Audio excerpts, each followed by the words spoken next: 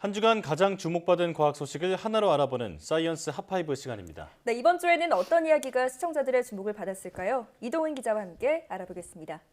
어서 오세요. 네, 5위 소식부터 알려주시죠. 네, 최근 통계청이 인구주택 총조사 결과를 발표를 했는데 우리나라의 고령화 속도를 보니까 이 세계 최고 수준으로 빨라지면서 이제는 이 인구 4명이 노인 1명을 부양해야 하는 그런 상황으로 나타났습니다. 예. 이 조사 내용을 자세히 보면 이 지난해 15세 미만의 유소년 인구는 1년 전보다 한 13만 명 이상이 줄었고요. 또 15세에서 64세 사이의 생산 연령 인구는 19만 명이 줄었는데요. 여기에 비해서 이 65세 이상의 고령 인구는 46만 명이 늘면서 처음으로 이 821만 명을 기록했습니다. 예. 그러니까 800만 명을 넘어선 게 처음인데 이 고령 인구가 전체 인구에서 차지하는 비중도 15.5%에서 16.4%로 올라갔습니다. 그래서 이 생산 연령 인구 4.3명이 노인 1명을 부양해야 하는 그런 상황이 된 거죠. 네.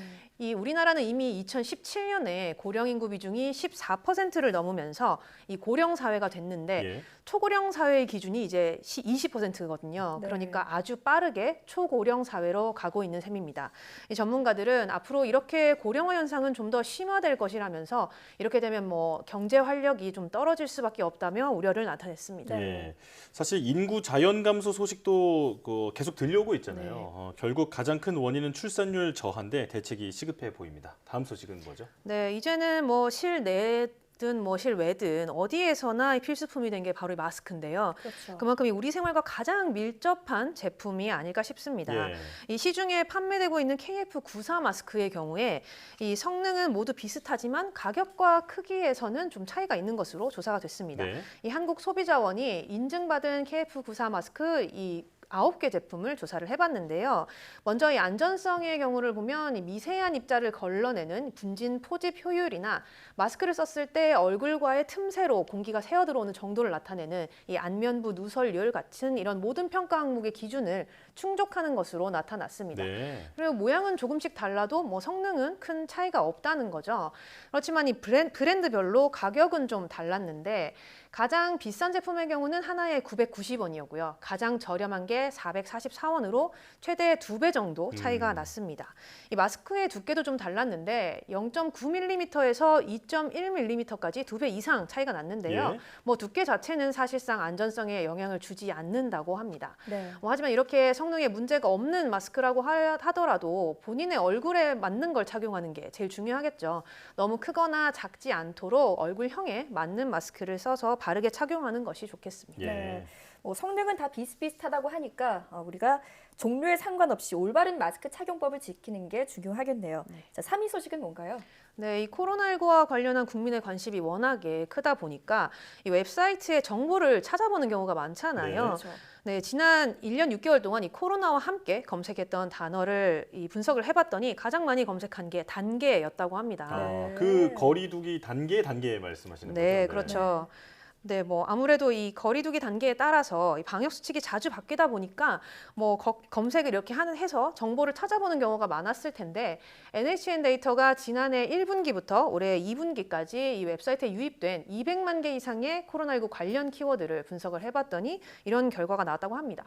이 가장 많이 검색한 키워드로 꼽힌 이 단계의 경우는 지난해 4분기에 특히 관심이 컸는데요. 네. 이때가 이 3차 대유행이 찾아오면서 5인 이상 모임 금지가 처음 시행된 때이기 때문에 아마도 이 자세한 내용을 찾아보는 사람이 많았던 것으로 보입니다. 네. 하지만 이 단계에 대한 검색량이 올해 들어서는 급격하게 줄어들었다고 하고요. 아, 네. 올해 2분기쯤에는 이 백신이라는 키워드보다 더 적은 것으로 나타났는데 아무래도 이 코로나19가 장기화하다 보니까 국민들의 피로도가 좀 높아지게 되고 이에 따라서 조금 관심도도 떨어진 게 아닐까 이렇게 분석되고 있습니다.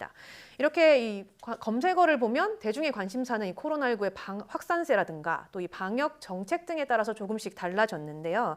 1차 재난지원금이 지급된 지난해 2분기에는 지원금이 가장 많이 검색이 됐고 이 신규 확진자 수가 한 자릿수까지 떨어지면서 이 극복이라든가 뭐 포스트 코로나 이렇게 코로나19 종식에 대한 어떤 기대감을 반영하는 검색어가 많이 유입이 되기도 했습니다. 하지만 이 확진자라는 키워드만큼은 이 분기마다 꾸준히 검색량이 많았다고 하네요. 예.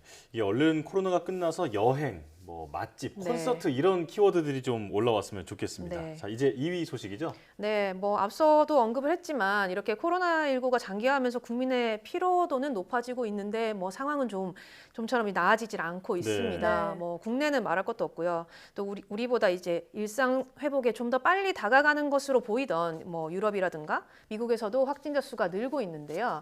이런 가운데 미국에서는 실제 감염자 수의 60%는 통계에 잡히지 않았을 거다. 이런 연구 결과가 나왔습니다. 예. 네. 이 워싱턴대 교수 등 2명이 미국 국립과학원 회보에 온라인으로 게재한 논문의 내용인데 연구팀은 이 미국 인디애나주와 오하이오주를 대상으로 시사율과 뭐 확진 건수, 검사 건수 등을 조사를 했고요. 이를 포함해서 통계적인 모델로 전체적인 실제 감염자 수를 추정을 해봤습니다. 네. 그랬더니 3월 7일을 기준으로 미국인의 19.7%, 약 6,500만 명이 코로나19에 걸렸다 이런 분석 결과가 나왔는데 이날 이 미국 보건당국 CDC가 확진자를 발표한 결과를 보면 3,267만 명이 나왔습니다. 예. 그러니까 한 절반 정도 수준인 거죠. 60% 가까이가 이 통계에서 빠졌다는 건데 감염자 2.3명 중에 1명만 검사를 통해서 이 확진자로 집계가 됐고 나머지는 잡히지 않았다 이렇게 연구팀은 분석을 했습니다. 그렇군요. 뭐 이 결과만 놓고 보면 실제 미국의 확진자 수는 지금의 뭐 2배는 넘는다 이런 건데요. 연구팀은 이렇게 이 CDC와의 통계치가 차이가 나는 이유는 이 CDC가 주별로 보고를 받다 보니까 절차상에 좀 신뢰도에 문제가 있을 수도 있다 예. 이런 문제를 제기를 했고요. 또 이 검사를 통해서 확진 판정을 받은 사람만 근거로 하기 때문에 모집단을 적절히 대표하지 못했기 때문이다 이렇게 말하기도 했습니다. 네. 우리가 생각했던 것보다 훨씬 더 상황이 심각할 수 있기 때문에 그래서 네. 더욱 이 백신 접종의 중요성이 더 크게 느껴질 수밖에 없는 것 같습니다. 자, 마지막 1위 소식은 끈질기게 우리의 발목을 잡고 있는 변이 바이러스 이야기죠. 네, 그렇습니다. 뭐 델타 변이 바이러스로 인해서 전 세계적으로 이렇게 코로나19 확산세가 진정이 되지 않고 있는데 우리나라에서도 이미 델타 변이가 우세종으로 자리를 잡으면서 뭐 4차 유행이 중심에 섰다 이렇게 평가를 받고 있습니다. 네. 이 최근 확산세를 보면 델타 변이의 전파력은 뭐 이례적으로 빠른 걸 알 수가 있는데 방역 당국의 역학조사 결과 이 델타 변이의 경우는 확진자를 접촉한 뒤에 하루 만에 신규 감염으로 이어지기도 했고요. 예. 또 이 같은 식당에서 서로 등지고 한 20분 정도 식사를 했을 뿐인데 전파가 된 경우도 있는 것으로 알려졌습니다. 이 또 다른 문제는 델타 변이의 증상인데요. 감염 후에 뭐 두통이라든가 콧물이 나타나면서 냉방병과 비슷한 증상을 보이기 때문에 요즘 같은 여름철에는 구별을 잘 못할 수도 있습니다.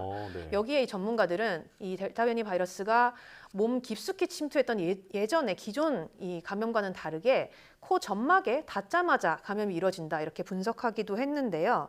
이 점막을 감염을 시키니까 바로 걸리자마자 콧물이 나고 머리가 아프게 되고요. 또 숨을 쉬기만 해도 바이러스의 전파가 이루어진다는 겁니다. 네. 만일 이 냉방병 증상이 나타날 경우에는 에어컨을 끄고 몸을 따뜻하게 해준 뒤에 좀 휴식을 취하면 대부분 이 증상이 완화된다고 하거든요. 그런데 이 델타 변이 같은 경우는 잠복기가 있잖아요. 그러니까 냉방병이 조금 오래 이어진다 싶으시면 바로 이 코로나19 검사를 받아보시는 게 좋을 것 같습니다. 예. 냉방병 증상이 오래 이어진다면 검사를 꼭 받아봐라. 이걸 또 새로운 여름철의 매뉴얼로 기억해야겠습니다. 네. 네, 이동 기자 잘 들었습니다.